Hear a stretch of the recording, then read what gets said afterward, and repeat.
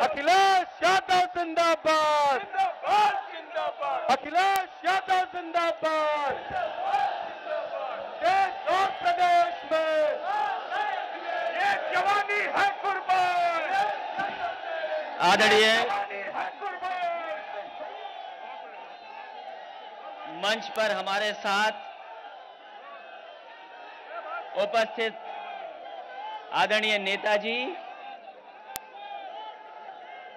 मंच पर उपस्थित समाजवादी पार्टी के प्रमुख राष्ट्रीय महासचिव आदरणीय रामगोपाल यादव जी,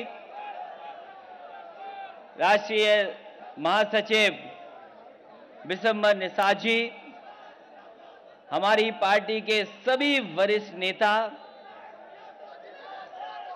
यहां पर उपस्थित बड़ी संख्या में समाजवादी पार्टी के पदाधिकारी, पूर्व विधायक, सांसद, उपस्थित बड़ी संख्या में नौजवान साथी, माताएं, बहनें और पत्रकार बंधुओं, मैं सबसे पहले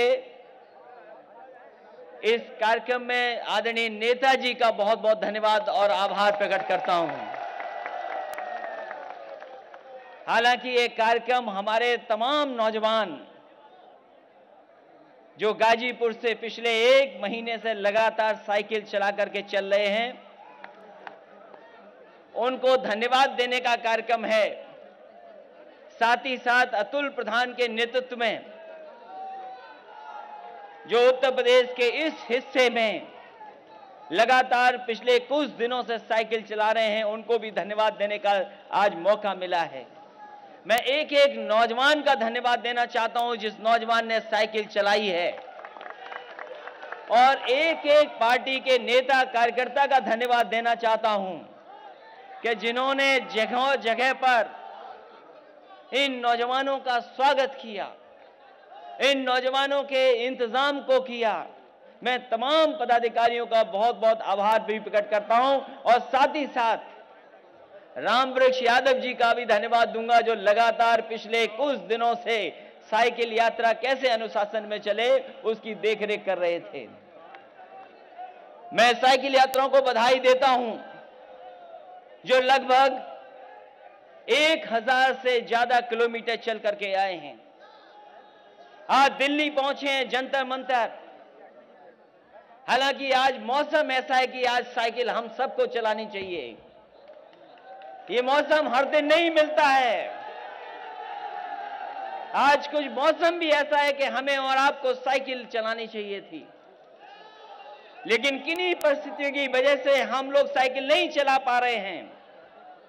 लेकिन इन नौजवानों को हम धन्यवाद देना चाहते हैं और उनको कहना चाहते हैं कि ये स्थान वो है जहां पर बहुत सारे लोग मांग लेकर के आते हैं, धरना देते हैं, अपनी बात को लोकसभा और सरकार तक पहुंचाना चाहते हैं।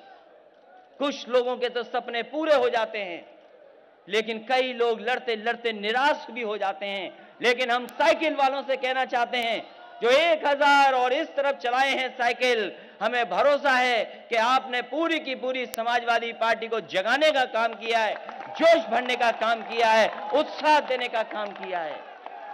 और जो यात्रा की है आपने, सामाजिक न्याय यात्रा, लोकतंत्र बचाओ यात्रा, विकास यात्रा, आज ये देश की और समाज की जरूरत है। जब हम अपने आसपास देखते हैं, जब माहौल को देखते हैं, तो जब लोकतंत्र में अगर न्याय न मिले तो कहीं ना कहीं हमें और आपको आवाज उठानी है। और मैं समझता हूं आज नेताजी के आने से जो ऊर्जा मिली हम लोगों को, उसकी कल्पना नहीं की जा सकती है। और हर बात नेताजी की मानने को हम लोग तैयार हैं। नेताजी ने जो सुझाव दिया है, नेताजी ने जो आज कहा है कि बिना आदि आबादी के लोकतंत्र अधूरा है, मैं नेताजी को भरोसा दिलाता हूं कि जो बात आपने कही है, हम समाजवादी लोग 100% उसको लोकतंत्र के रास्ते से उसको निभाने का काम करेंगे। और फिर श्वेता जी हम पे तो आरोप नहीं लगा सकते हो, हमने तो अपनी पत्नी को लोकसभा में भेज दिया, हमारी तो वैसे ही आधी आबादी वहां पर है। लेकिन हम समाजवादी लोग भरोसा दिलाते हैं कि जो मूल्य, जो सिद्धांत लोहिया जी ने रास्ता दिखाया, जो बाबा भीमराव अंबेडकर जी ने रास्ता दिखाया, उस रास्ते पे हम समाजवादी लोग चल करके इस देश को नई तरीके से बनाने का काम करेंगे। अगर हैंडल हम लोगों ने हाथ से थामा है तो हम ये मानते हैं कि हमारा एक पहिया बाबा भीमराव अंबेडकर जी के विचारों का है और दूसरा पहिया हमारा लोहिया जी के विचारों का है। ये दो पहियों से चलने वाली हमारी पार्टी, ये साइकिल चुनाव चिन्ह उत्तर प्रदेश होकर के रास्ता दिखाता है। ये देश को रास्ता उत्तर प्रदेश दिखाता है। वो जानती हैं ताकतें कि उत्तर प्रदेश से ही रास्ता निकलता है। जिन्होंने ये जान लिया था कि उत्तर प्रदेश से ही रास्ता निकलता है, इसीलिए तो उत्तर प्रदेश में आकर के चुनाव लड़े थे, इसीलिए उत्तर प्रदेश में आकर के चुनाव लड़ा गया था। और याद कीजिए वो सब वादे, नेताजी ने तो केवल 15 लाख वाला वादा याद दिलाया।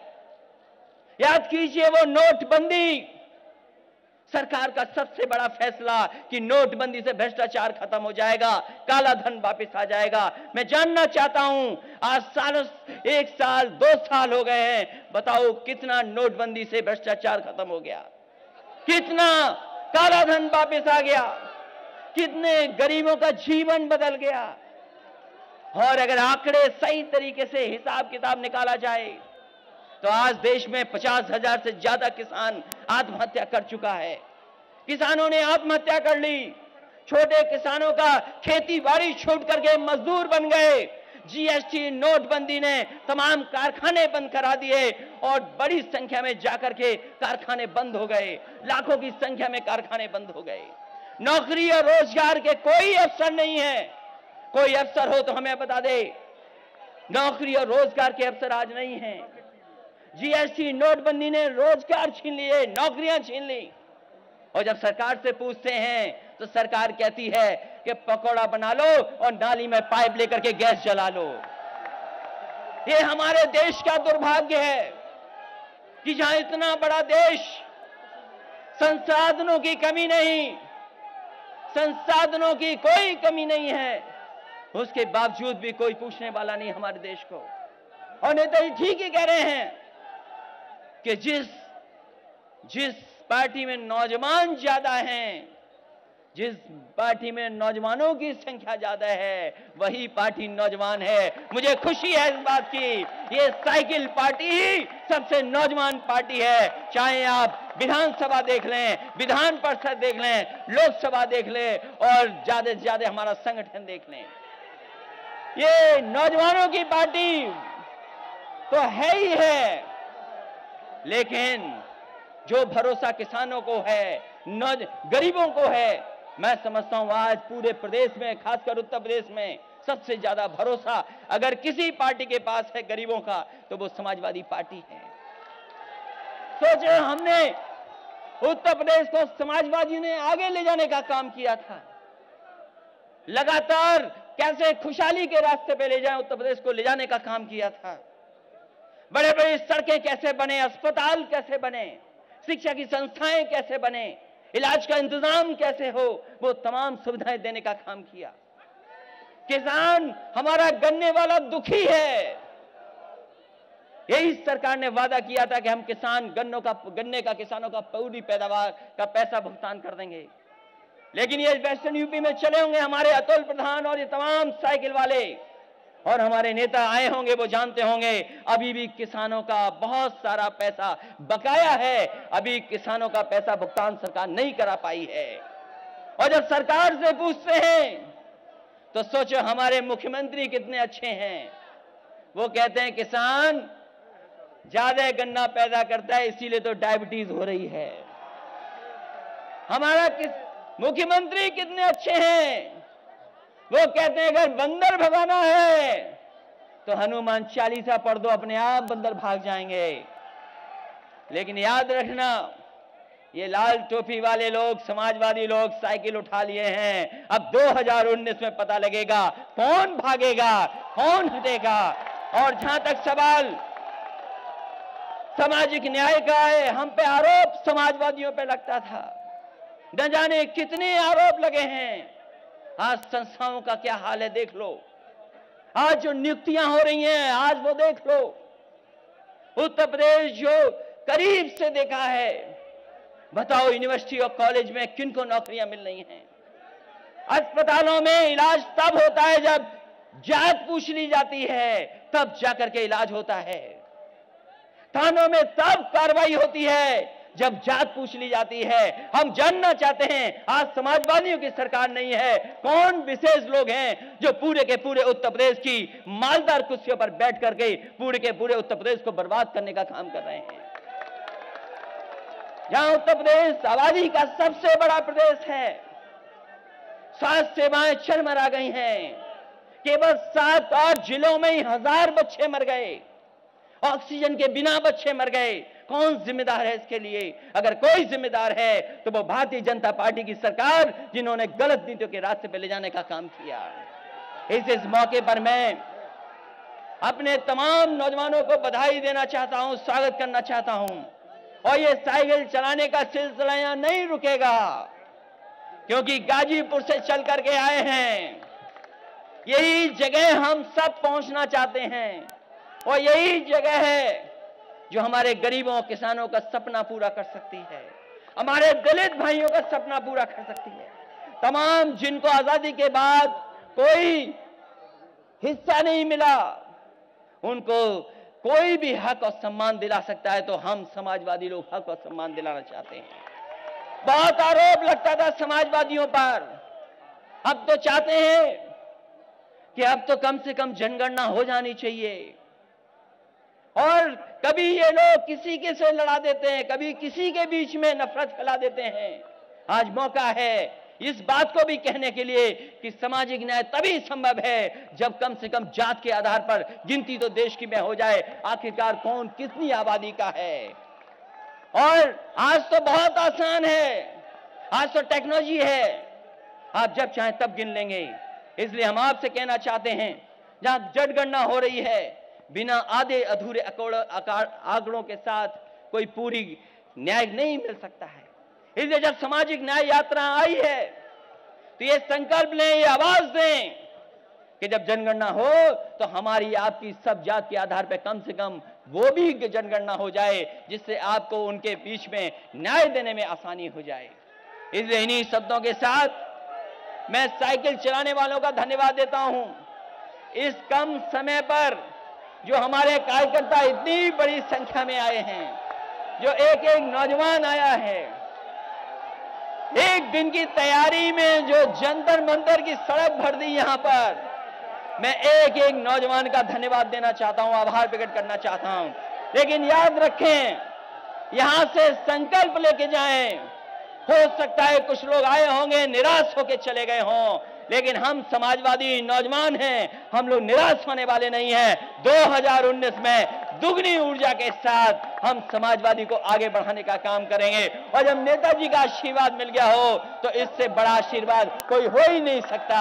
इसलिए आशीर्वाद के साथ साथ हम अपनी ऊर्जा से साइकिल को और तेज चलाने का काम करेंगे, क्योंकि उत्तर प्रदेश में सबकी निगाहें हैं। उत्तर प्रदेश जो फैसला लेगा वही देश की राजनीति को दिशा देने का काम करेगा। इन्हीं शब्दों के साथ हम अपने तमाम नेताओं का धन्यवाद देते हैं, एक एक साइकिल चलाने वाले का धन्यवाद देते हैं, क्योंकि आपने बरसात की परवाह नहीं की, गर्मियों की परवाह नहीं की, आपको सड़कों की परवाह नहीं की, गड्ढों की परवाह नहीं की, उसके बावजूद भी आपने अपने हौसले से और अपनी हिम्मत से दिल्ली तक साइकिल चलाने का काम किया। एक एक नौजवान को हम धन्यवाद और बधाई देना चाहते हैं। ए नौजवानों, इसलिए आपने साइकिल चलाई है क्योंकि देश का आपने बड़ा सपना देखा है, और यही नौजवान हैं जो सपने को पूरा करने का काम करेंगे। आप सबका बहुत बहुत धन्यवाद, बहुत बहुत आभार प्रकट करता हूं। एक बार फिर नेताजी का धन्यवाद देता हूं, बहुत बहुत बधाई। तो समाजवादी पार्टी के राष्ट्रीय अध्यक्ष अखिलेश यादव दिल्ली के जंतर मंतर पे साइकिल यात्रा कार्यक्रम के समापन के मौके पर एक कार्यक्रम को संबोधित करते हुए समाजवादी पार्टी की तमाम नीतियां, तमाम उनके द्वारा किए गए कार्यक्रमों को उन्होंने बताया। इसके अलावा जनता में और अपने कार्यकर्ताओं में एक उत्साह भरने की कोशिश की। सबका धन्यवाद किया कि बेहद कम वक्त में वो यहाँ पर आए हैं। एक तरह से समाजवादी पार्टी पिछले 1 महीने से इस साइकिल यात्रा में जी जान से जुटी हुई थी। यूपी के विभिन्न जिलों में, उत्तर प्रदेश के लगभग सभी जिलों को उन्होंने इस साइकिल यात्रा के दौरान समेटा, जन जन तक अपने कार्यक्रमों को पहुंचाया। भाजपा के अलावा समाजवादी पार्टी ही इस वक्त विपक्ष का एकमात्र ऐसा चेहरा दिख रही है जो बेहद जोर शोर से 2019 में चुनावों को लेकर तैयारियों में जुट गई है। और इसी के चलते इस कार्यक्रम में सपा के राष्ट्रीय अध्यक्ष अखिलेश यादव जनता को संबोधित कर रहे थे। Hey there, subscribe to my channel and also press the bell icon to get the latest news updates and their notification.